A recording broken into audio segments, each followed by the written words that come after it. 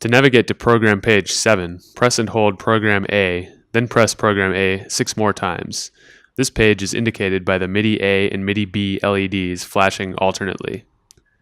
This page is for calibration of the tuning of the zero-coast oscillator to the MIDI input, and optionally calibration of the MIDI B CV output for driving an external oscillator. The no-coast arrives fully calibrated. Before running calibration, make sure the O-coast has been powered on for at least 20 minutes without interruption. Remove all patch cables, including MIDI cable.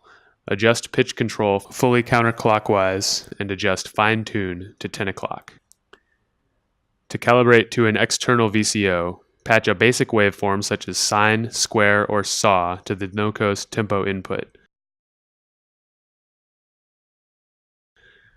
Patch MIDI B CV to the pitch input on the external VCO.